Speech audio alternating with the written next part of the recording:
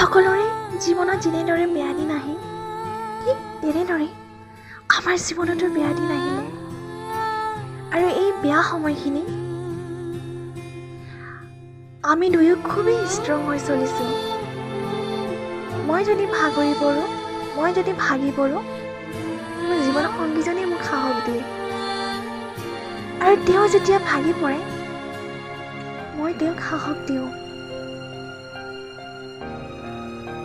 আৰু যেতিয়ালৈ আমি দুয়োৰ কাৰণে জীয়াই আছোঁ তেতিয়ালৈ আমাক কেতিয়াও তৃতীয় ব্যক্তি বা থাৰ্ড পাৰ্চন বোলা শব্দটো আমাৰ মাজলৈ কেতিয়াও নাহে।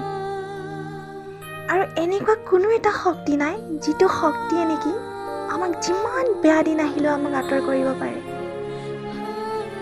সেইবাবে নিজৰ জীৱন সংগীজনক ভালদৰে বুজি লওক আৰু সদায় বুজাবুজিৰ মাজেৰে দুয়োজনে চলিবলৈ চেষ্টা কৰক। এষাৰ কথা আছে, স্বৰ্গ, আচলতে স্বৰ্গ বোলা বস্তুটো একো নাই।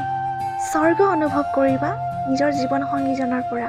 যদি নিজৰ জীৱন সংগীজন প্ৰকৃত হয় তেতিয়াহ'লে স্বৰ্গ এইখনেই।